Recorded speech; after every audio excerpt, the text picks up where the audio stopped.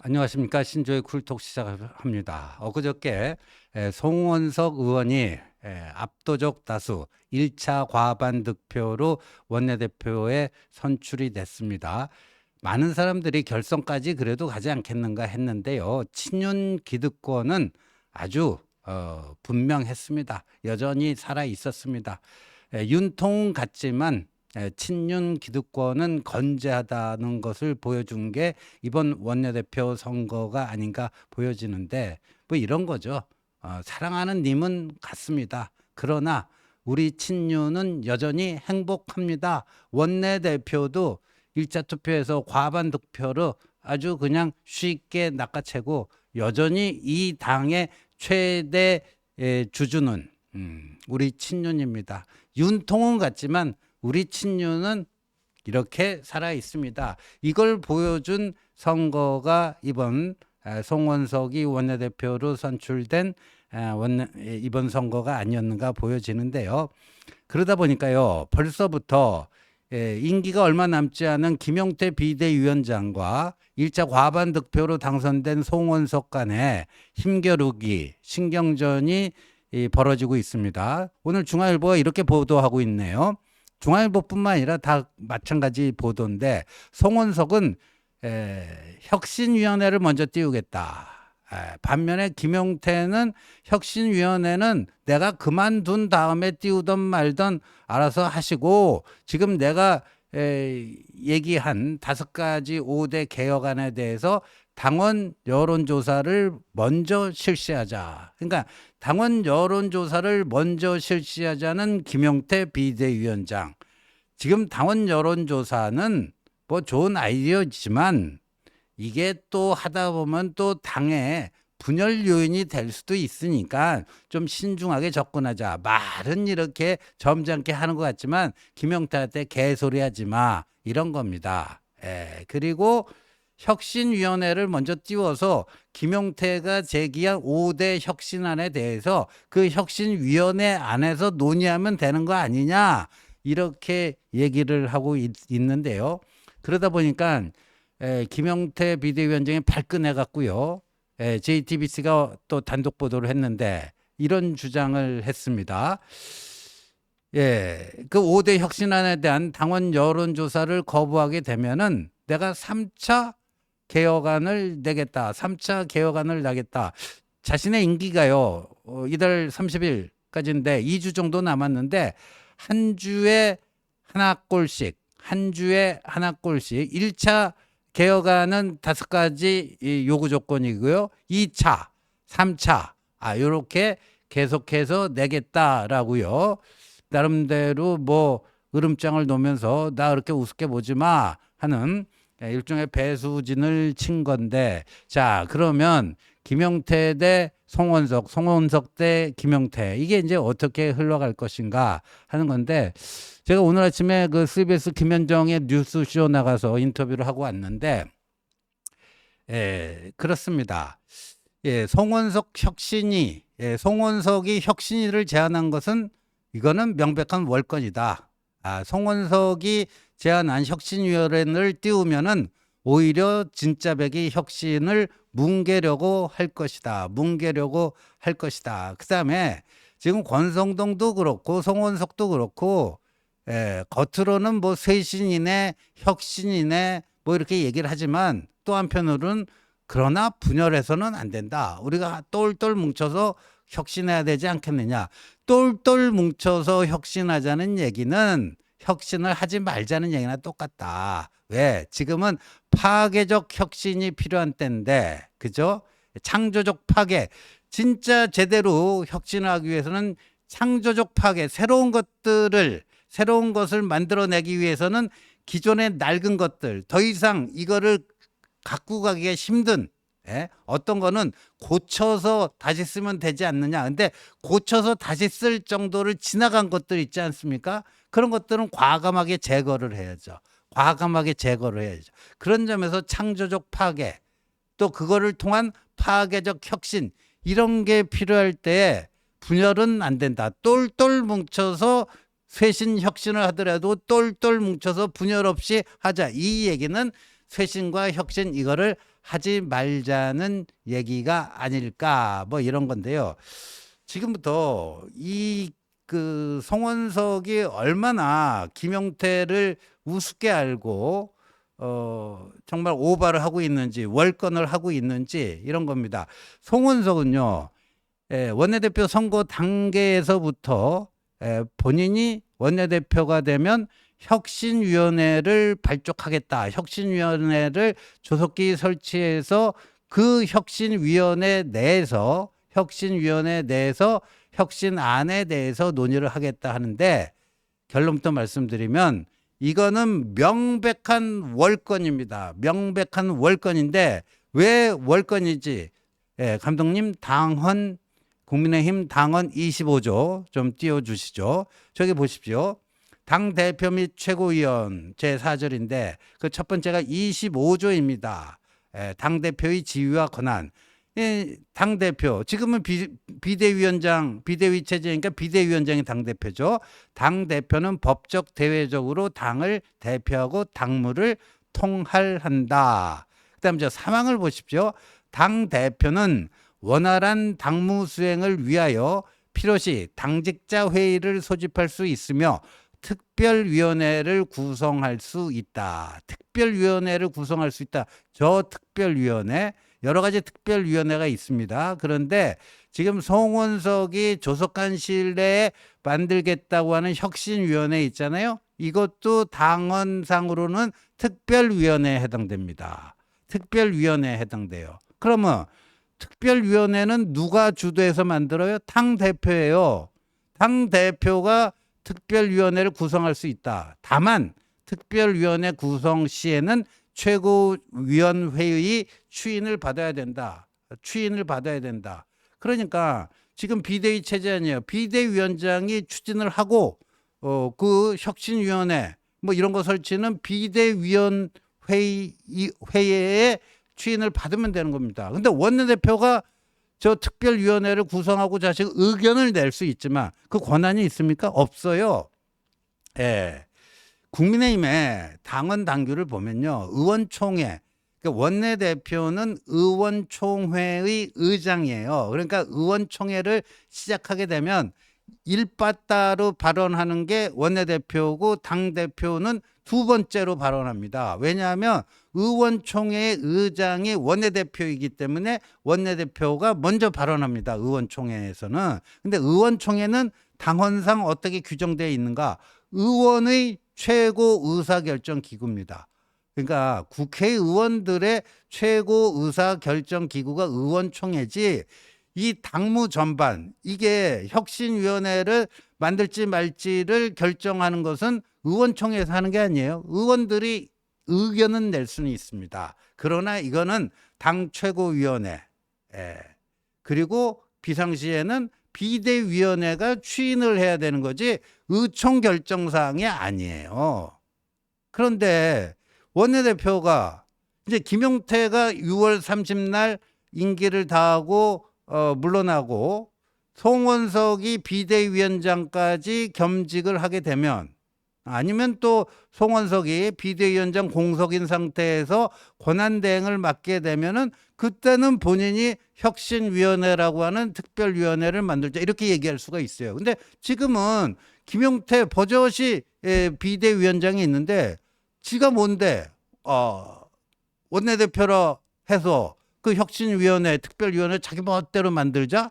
이건 말도 안 되는 얘기죠. 말도 안 되는 얘기예요. 그래서 제가 오늘 그 CBS 아침 인터뷰에서 김용태 비대위원장이 너무 착하다. 너무 착하다. 이 얘기를 한 건데 왜냐하면 김용태 비대위원장이 원내대표 선거 있기 직전에 말이죠. 새롭게 뽑히는 원내대표가 자신의 요구를 받아들여서 당원 여론조사를 그 실시하게 해준다면 자신은 그 즉시 퇴진하겠다. 그 즉시 저 비대위원장직에서 내려오겠다는 건데 원내대표가 해준다면 이 말 자체가 잘못된 거예요. 당원 여론조사라는 게 우리 당원에 나옵니다. 근데 그거 역시도요. 당 대표나 비대위원장이 주도해서 하는 것이지 이 원내대표가 주도해서 하는 게 아니에요. 근데 왜 원내대표한테 그거 주신다면 저는 그만두겠습니다. 이거 어법 자체가 잘못됐다는 거예요. 내가 이걸 추진할 테니 원내대표 당신이 여기에 협조해 준다면 나는 그 딱 실시하고 결과와 상관없이 내가 그만두겠다. 이 얘기는 맞아요. 이 얘기는 맞는 얘기예요. 내가 이렇게 할 테니 근데 거기 괜히 어깃장 놓거나 태클 걸지 말고 협조를 하라. 협조를 한다면 나는 결과 나오기 전에 그만두겠다. 이렇게 얘기하는 건 맞아요. 근데 원내대표께서 이걸 해 주신다면 의결을 해 주시고 당원 여론조사를 할 수 있도록 비대위 의결을 해 주신다면 난 그만두겠습니다. 의결을 할 사람은요. 방망이 땅땅땅 치는 사람은 김용태 비대위원장 본인이지 송원석 원내대표가 아닙니다. 그런 점에서 김용태 의원이 좀 많이 아쉽다. 많이 아쉽다. 이런 생각이 듭니다. 이런 생각이 들어요. 그래서 그 혁신위를 만들겠다 하는 것은 명백한 월권이다. 그럼 김용태 비대위원장이 얼마나 우습게 보였으면은 저런 식으로 그 뻔히 월권인지 알면서 저런 식으로 전행을 하는지, 저런 식으로 전행을 하는지 참 이해가 안 갑니다. 이게 이제 친윤들의 패권주의예요. 윤통은 같지만 친윤 기득권은 건재합니다.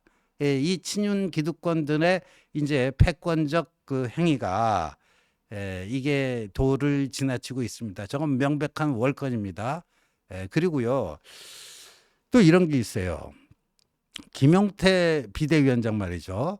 권성동이 그 사퇴하면서 이제 원내대표 보궐이 되니까 거리가 되니까 원내대표 보궐 보궐선거라기보다 이건 이제 1년짜리 임기가 주어지는 거죠. 그래서 이제 원내대표 선출 이게 이루어진 거고. 근데 그 당시에 김용태 비대위원장을 제외하고 그 친윤계 비대위원들 뭐 4명인가 뭐 임이자 무슨 그 또 그 마산의 의원들 뭐 의원 해가지고 몇 사람이 이제 동반 사퇴하지 않았습니까? 근데 이것도요. 김용태 비대위원장이 조금 더 결기를 갖고 이거를 본인의 혁신안을 밀어붙였어야 되는데요. 어떤 게 있냐면요. 우리 당원에 말이죠. 비대위원회 어떻게 이제 규정하고 있냐면요.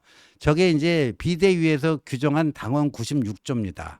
근데 지금 권성동이 사퇴하면서 나머지 그 비대위원들 말이죠. 다 동반 사퇴를 한 거 아닙니까?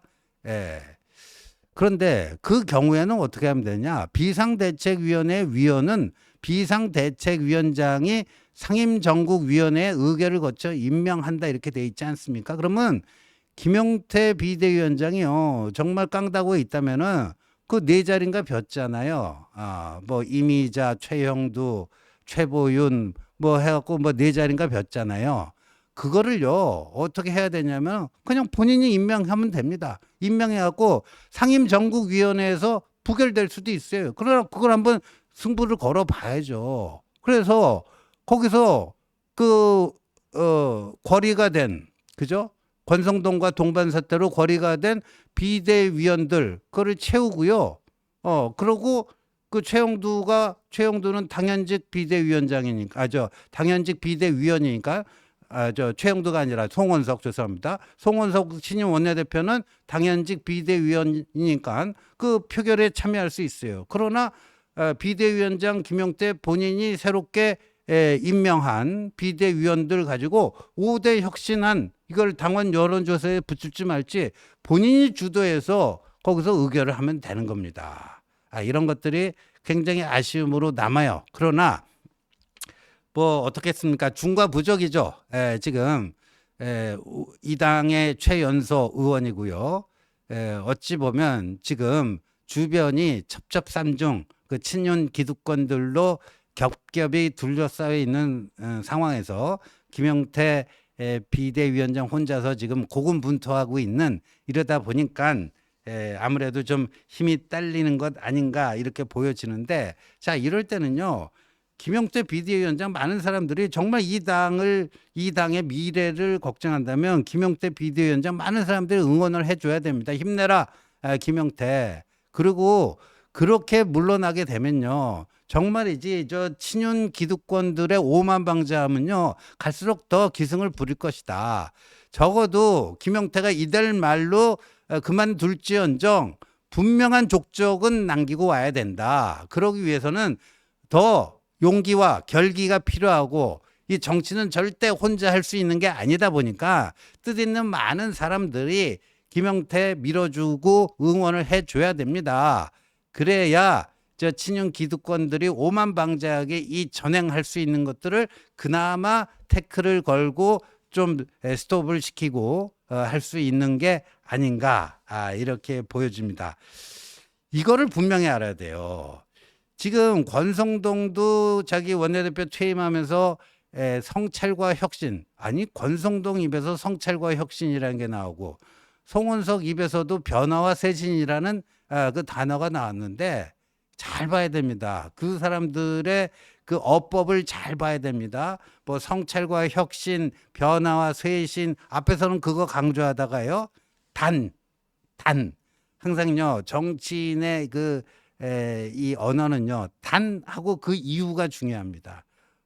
뭐 악마는 디테일이 있다고 다만 요런 거, 그 뒤가 중요해요. 근데 분열 없이 해야 된다. 똘똘 뭉쳐서 변화와 쇄신을 하건 성찰과 혁신을 하건 똘똘 뭉쳐서 해야 된다. 이 얘기는 그야말로 파괴적 혁신 이런 거 하지 말자 하는 얘기인데, 근데 그 얘기는 뭐냐면요, 제가 봐서는 그래요. 이번에요 김용태 비대위원장이 제시한 5가지 중에서 제일 중요한 것이 저는 이거라고 봐요. 탄핵 반대 당론을 무효화하겠다, 이거거든요. 이거는 송원석 말처럼 지우자는 게 아니에요. 그 지우려고 해서 지워지는 것도 아니고요. 그 당시에 탄핵 소추에 대해서 반대한다는 당론이 잘못됐다라는 걸 인정하자는 거예요. 이번 대선 민심에서 나타난 게 뭐예요? 니들 계엄에 대한 제대로 된 반성도 없고 그냥 반탄 운동하고 윤 어게인하고 그런 거 니들 도저히 인정 못해. 심지어 보수층 내에서도 굉장히 많은 사람들이 나 보수지만 니들은 인정할 수가 없어, 이런 게 많습니다. 그러니까 정말 새 출발을 위한 최소한의 기본, 그게 탄핵 반대 당론, 그게 잘못됐다는 걸 인정하고 무효화하자, 뭐 이런 건데 그것조차 지금 안 하겠다는 거 아니에요. 그러니까 권성동, 뭐 송원석 이런 사람들이 얘기하는 쇄신 혁신은 뭐냐, 마치요 과거에 1979년 12.12 쿠데타, 그다음에 1980년 5.17 비상계엄 전국 확대, 이런 반헌법적인 이런 수단을 써서 집권한 전두환, 그게 50이죠, 50. 그 전두환이 그 7년 동안 집권하면서 그 당시에는요 국정 뭐 캐치프레이즈 뭐 이런 거를 뭐 공공기관이라든가 심지어 육교 이런 데 막 걸어놓고 그랬거든요. 정의사회 구현을 외쳤습니다. 전두환이 정의사회 구현하겠다. 이게 말이 됩니까? 12.12 쿠데타, 5.17 민간인 학살 이런 거 통해서 집권한 전두환이 정의사회 구현하겠다. 이 전두환은 이 당의 전신인 민정당이 배출한 대통령은 맞습니다만, 지금 국민의힘 당사에 가면요 이승만, 박정희, 김영삼 이 3분 전직 대통령의 사진만 걸려있는 이유는 전두환 인정 못하겠다는 거 아니에요. 왜? 전두환과 김영삼은 양립할 수가 없어요. 이 극과 극, 이 전두환의 비상계엄에 맞섰던, 목숨 걸고 맞섰던 사람, 그리고 나중에 그게 쿠데타였고 광주학살 잘못된 거고, 그래서 법정에 세운 게 김영삼이었고, 그러다 보니까 둘 중에 하나를 선택할 수밖에 없는데 이 당이 선택한 거는 전두환이 아니고 김영삼이에요. 근데 요번에 친윤이 윤석열의 비상계엄을 옹호한다는 것은 뭐냐? 이 당의 정신에 있어서 김영삼을 죽이고 전두환을 되살려내는 일이다. 김영삼을 죽이고 전두환을 되살려내는 일이다. 이래 갖고 앞으로 보수가 자유민주주의를 지키자 이런 얘기를 할 수 있겠습니까? 윤석열의 비상계엄이야말로 자유민주주의를 파괴하는 행위 아니었습니까? 김영삼을 죽이고 전두환을 살려내는 이거는 개혁이 아니다. 근데 그런 자들이 지금 혁신을 얘기하고 있는데 똘똘 뭉쳐 하자 묘한 단서를 달아서 사실상 혁신을 뭉개고 있는 게 현실이다. 이럴 때 해야 될 일이 뭐냐? 일단 얼마 남지 않은 임기지만 김용태가 저렇게 빈손으로 나오지 않도록 최대한 힘을 북돋아주고 응원하는 것이다 하는 말씀 올립니다. 시청해 주셔서 감사합니다.